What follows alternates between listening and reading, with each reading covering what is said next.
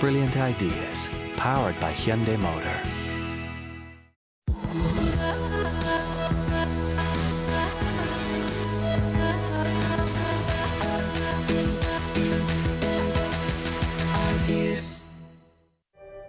Skillfully transforming new technologies into a language of art, Cao Fei is one of the most groundbreaking and talked about artists of her generation. I think she's extremely talented, she's tenacious, and her work speaks to a universal audience. She gives a picture to people who are maybe outside of China of what it might look and feel like to be a young person here and now. Her sensitivity to social change allows her to produce works that spark deeper reflection. She has an amazing, sharp wit, and that often is paired with something that's very poetic. She is allowing us to sort of go down the rabbit hole with her. We follow her to these spaces, and it helps us understand the world we live in. I think my role is to observe. It's like you or somebody, some artist, but my role is also to observe the world changing. Hi, I'm Cao Fei. Welcome to my studio. Cao Fei lives and works in Beijing. Her studio used to be a famous old cinema, a fitting working space for an artist who produces moving images. In this space, I feel it's in different times. It's like in old time. And many of my works are about future, about contemporary. But the space let me think about history. So I think it's quite inspired me to doing something about old times. Born in 1978, Cao Fei was raised by a family of artists. Both her parents are sculptors and taught at the Guangzhou Academy of Fine Arts, where they also lived. As a kid, I have a lot of information from library, like Picasso, Dali. Compare my classmate at school, I think it's quite a different experience to get so many information about art. It was this experience that gave Cao Fei an early start. In fact, it was her father who introduced her to the world of moving images in her early teens. My father had a home video camera very early. He bought the camera from Japan. When we tried to use it with my sister, we would perform something in front of camera. And also at the same time, I'm doing a lot of school theater. The stage is not enough for me to limit it. Moving image is biggest medium for me to try. Cao Fei would use the medium of moving images not only to document her generation's search for meaning in a rapidly changing China, but also her own. Born in the late 1970s and growing up in the 80s, her life spans the most remarkable transformation of any society in history. It was during this period that Deng Xiaoping opened the country to the world, and Guangzhou, where she lived, became the gateway into China. Guangzhou was really the initial kind of battleground for these policies. It was the place where you would go to buy blue jeans or kind of imported cigarettes, and products from there would kind of find their way all over China. She saw this rapid development spinning around her, literally on a daily basis. Neighborhoods being torn down, urban development rising in her very midst. These influenced Cao Fei's imagination as an artist very, very early.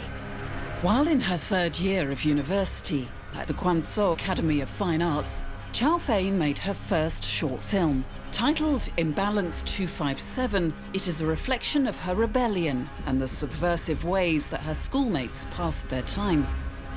I think that piece is pure me. That is really about my home, because I born in there, I'm from there, I educate by there.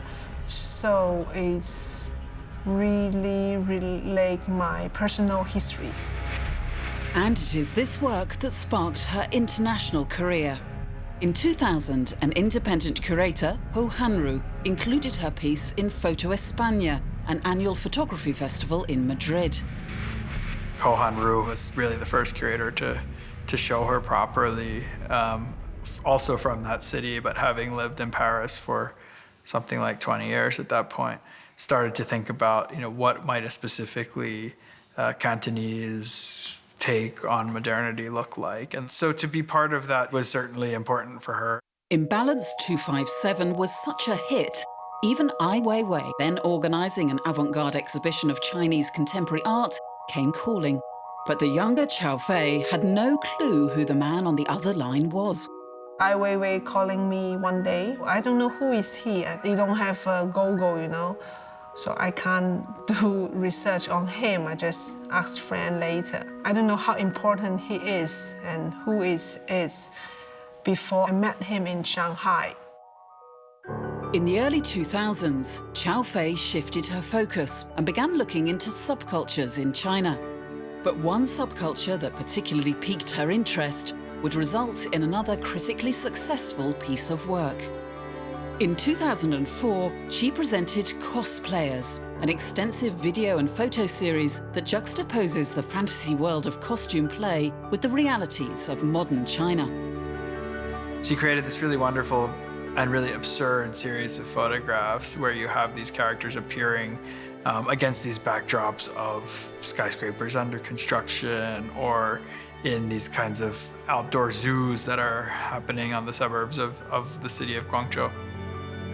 One day I saw a magazine report the cosplayer group in Guangzhou. So I do some base research with them and try to understand them more. The Chinese society changing so fast. Sometimes they feel lost their power. They only can imagine they have power when they dress up. So I think the costume and the cosplayer is like symbolic of their generation. This is really interesting place where you see her collapse the fantasy and the real, and you see that both of these spaces really function as opportunities to examine what our everyday experience is, whether we're looking at a world that has been artificially created or whether we're looking at a direct documentation of our own real world. Both provide the chance for reflection, and I think that that is sort of what her work invites a viewer to do. Over the next few years, Cao Fei continued to explore contemporary Chinese life, now concentrating on the impact of globalization on China. In 2006, she made a video named Who's Utopia that pushed factory laborers working in homogenized production lines to think about their own hopes and dreams.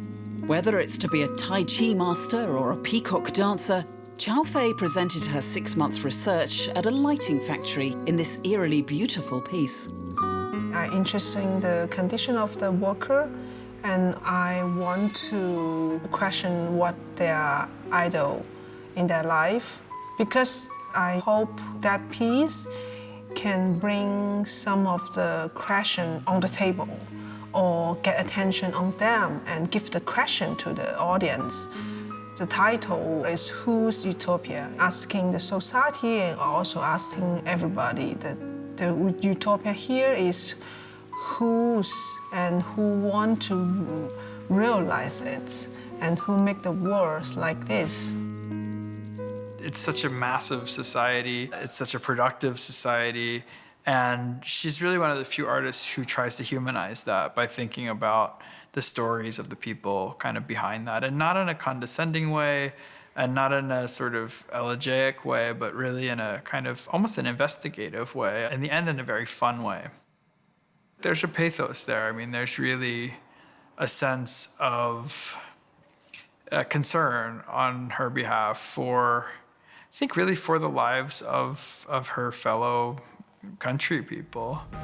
Coming up, we discover Cao Feis world after her next big move to Beijing and visit her first solo museum exhibition in the United States.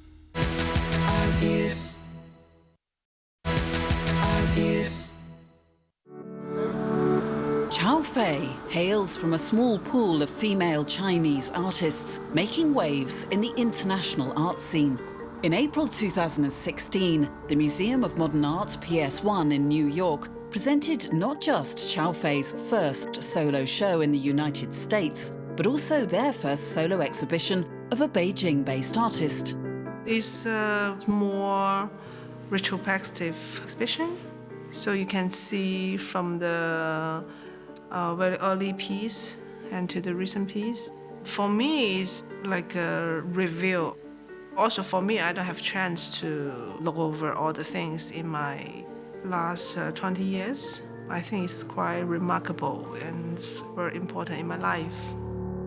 She really is a conduit for a Western art world trying to understand the explosive creative growth that has happened within some of China's most important urban centers like Beijing, Guangzhou, Shanghai. I think she also can be seen as an emblem of that community and also as a gateway into that community. Cao Fei is so internationally recognized. Why her works become so popular or influential? Because she reflects such changes, new life. But while Cao Fei's works commonly reflect China's ever-changing society, they are more well-known outside the country. And despite her numerous solo exhibitions around the world, she has never had one in her hometown. When I start my art career, my work already is in the West. So the West is earlier to accept my artwork. The China art system, most is men control. It's difficult sometimes for female artists. And the global art scene seems more open and also more welcome. In an attempt to be more involved with China's contemporary art scene, Cao Fei moved to Beijing with her Singaporean artist husband in 2007. Her shift to China's capital seemed to have also shifted her attention to wider politics and society, and to newer ways of making art. One of her more iconic pieces from this time is RMB City, in which she adopted new technologies to build an island metropolis in her online world of Second Life. It is here where she documents virtual lives the same way she does in the real world. When I adventure in Second Life, I can see different city in the virtual world. And I saw Forbidden City of Beijing, but that is old China. Why they don't have new China? So 2007, I started the RMB City project. So if you look at something like RMB City, it's a pastiche. It's a combination of all of these different images and iconographic references to a complex China, to a global China, with the purpose of talking about the ways that we construct worlds we might want to live in. I think that she's deeply interested in the idea of utopia and its counterpoint, which is dystopia. This comes from the idea of being a citizen of the People's Republic of China, which in a way is a very utopian state construct, or was when it was founded in 1949. With RMB City, Cao Fei continued to blur the boundaries between fantasy and reality, only this time she embodies this through her alter ego, an avatar named China Tracy. China Tracy is really, I think, an incredibly strong, vibrant, contemporary woman, just like Cao Fei herself. But she has a range of crazy outfits that make her look like sort of a cyber astronaut or an Amazon woman. She's very powerful, she's very strong. I think that Cao Fei and China Tracy have so many questions to the world. China Tracy is so crazy the virtual world, and Cao Fei is also have so many questions about the real world. And it is this curiosity that pushes Cao Fei to experiment with a variety of mediums, making her one of China's most innovative young artists. One of the things that makes her a great artist is her ambitious grasp of new technology. She's always trying to upgrade her technology and the medium that she uses. But I would say, particularly in an era when a lot of artists are trying to understand how to make work that integrates new technological tools, new virtual spaces, I think it's really of note that she's a woman who is pioneering in these spaces. During this time, Cao Fei was going through an exciting phase personally, and adapting to her new life in Beijing was proving challenging. So she decided to hit the pause button on her career. 2010 to 2013, I took a 3 years break because I have 2 kids born in this 2-3 years. Cao Fei is a total workaholic. I mean, she's pretty much always in the midst of a project. But actually, these days when she's not an artist, she's a mother. And I think that especially for someone who'd been so centered on her career and her output for so many years, you know, to totally pull away for 4 or 5 years was a real leap of faith on her behalf. I think as artists, we really need a break. So I spend more time with family. But I will still keep my my preparation of researching. For me, it's like open a new page. When I hang out with my kids, I feel I'm more sensitive to life texture. So that film for me is very, very important. In 2013, after a 3-year hiatus, Cao Fei returned to the scene and shocked with Haze and Fog.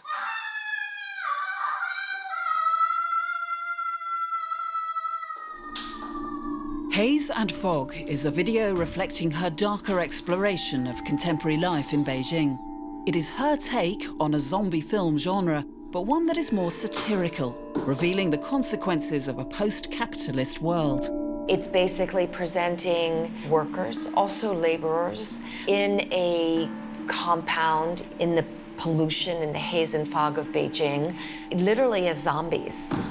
They are moving in and out of truly zombie-ish and quasi-suicidal and murderous fantasies. While her earlier works dealt with the social possibilities of a globalized society, Haze and Fog displays unusual pessimism.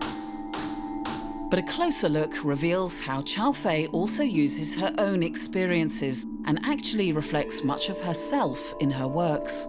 I think what people don't realize is how much of Cao Fei is in the work. This magical realist, almost zombie film that takes place in this housing compound. That's actually where Cao Fei, the artist, lives. And that's a place, it's shot in her kitchen, in the hallways of her building, in the dentist office downstairs.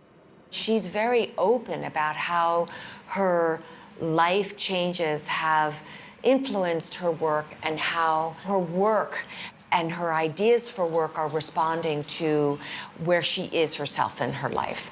But there are changes in China now, the China that Cao Fei grew up in, even the China of the Olympics, the China of, whose Utopia is very different from China today. And there is a different kind of eeriness, and there is a sense of foreclosure in everyday life that I think Cao Fei is tapping into. If we compare the works she makes in Beijing to the works she made in Guangdong, maybe that is her earlier age. You can feel fresh, not so complicated. But now her works becomes more and more mature, complicated, even much more conceptual. After the break, Cao Fei takes us on a research trip for her latest work and invites us into her realm of social media.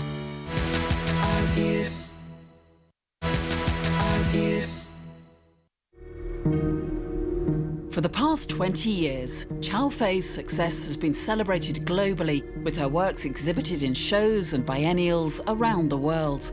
Currently, Cao Fei is doing some research on demolition projects across Beijing. She is constantly fascinated by these rapid urban developments, returning to them again in her more recent works. In 2015, she made Rumba 2 Nomad, a video in which she released several vacuum cleaning robots at her old studio that had been torn down. She has a very bemused sense of humor. She is quite good at spotting the grandiosity around her, but also sort of the ridiculousness of her surroundings. So I think in certain pieces, she's able to get at those things at the same time. I think her work has become more political. It's still very allegorical, but it's at a stage where it's more critical, I think, of what it is to be caught in the web of neoliberalist, capitalist, labor-oriented, materialist, consumerist culture in this fast-paced urbanization that is China today. Today, she's taking us to one of Beijing's traditional farmers' markets that will soon be demolished. I'm very interested in this area, how to own the new city planning program, and then I want to, figure out and see how to be part of my project. Cao Feis Work is a remarkably gritty representation of living in Chinese cities, passing through Chinese cities, watching entire neighborhoods be razed to the ground in rubble and get reinvented as malls in the space of months. There is a sense of documentary in Cao Feis work that is extremely valuable and extremely relevant and meaningful. This market is my focus, like urbanization changing. Some of the future project will document the whole region, how it will be changing. So it's kind of daily research.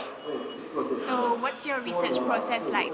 Yeah, come here, take picture like before it demolished, and we follow it when it disappears. So we document the whole process. And once these pictures have been taken, Cao Fei will share them on her Instagram account, a new virtual phenomenon that artists like her use to engage with the rest of the world. Instagram is like an individual and personal magazine. So if you see an artist, you can look at them and you can see what inspired them, daily life. People can see where I'm traveling, what project I'm working. So I think it's really interesting as artists to involve this medium. Cao Fei is not new to the world of social media. She started blogging during a period when many in China were not even aware blogs existed. She's one of these people who was just kind of perfectly suited to this era. She's also extremely gifted at self-promotion, using these different networks. So we always know where she is, who she's with, what's going on. And that's her online persona in the way that China Tracy has hers. Cao Fei has been very clever in the way that she's reached out to her audience using social media. It has allowed her to interact and experiment with the idea of performance and experiment with the idea of documentary versus fantasy in her work.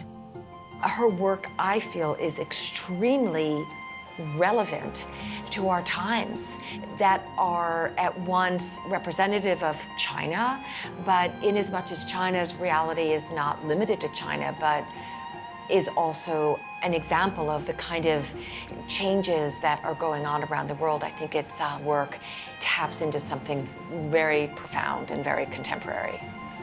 She always reminds you that populating all of her worlds, whether they're invented or whether they're real ones that she's documenting, are individuals that each have their own very rich interior lives. And I think that that's something that's underscored in every single work she makes.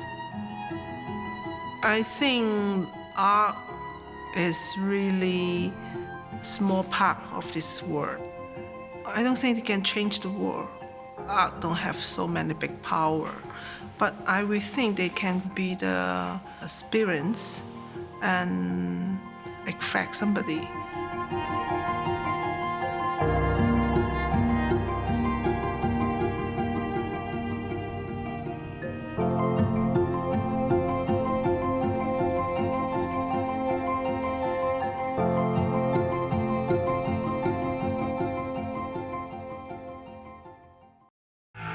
Brilliant ideas, powered by Hyundai Motor.